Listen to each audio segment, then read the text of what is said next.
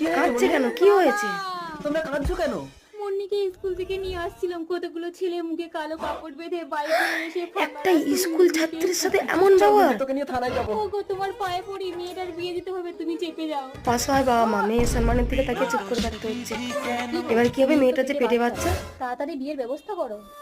ঠিক আছে। কোনো ভালো ছেলেকেই মেয়েকে বিয়ে করবে? আসলে বিয়েটা হঠাৎ করে হচ্ছে তো, তাই কাউকে বলা হয়নি বাবা।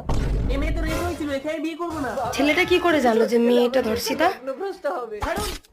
না বাবা, আমি মুখ দেখাবো কি করে? আরে আরে আরে আরে কিছু করে ফেলো না, সব সমস্যার সমাধান আছে। মেয়েটা কোথায় ছুটে চলে যাচ্ছে? বাবা, পুলিশ। মেয়েটার বাবা বাঁচবে তো? এ তো পয়জন খেয়েছে। তো আপনার মেয়ে রেপ হয়েছিল, আমরা কেউ জানলাম না, ওর ছেলে জানলো কি করে? স্যার, আমরাই মুন্নির বদনাম করেছিলাম। আমি মুন্নিকে বিয়ে করবো, আমাকে ছেড়ে দিন স্যার। আজও এমন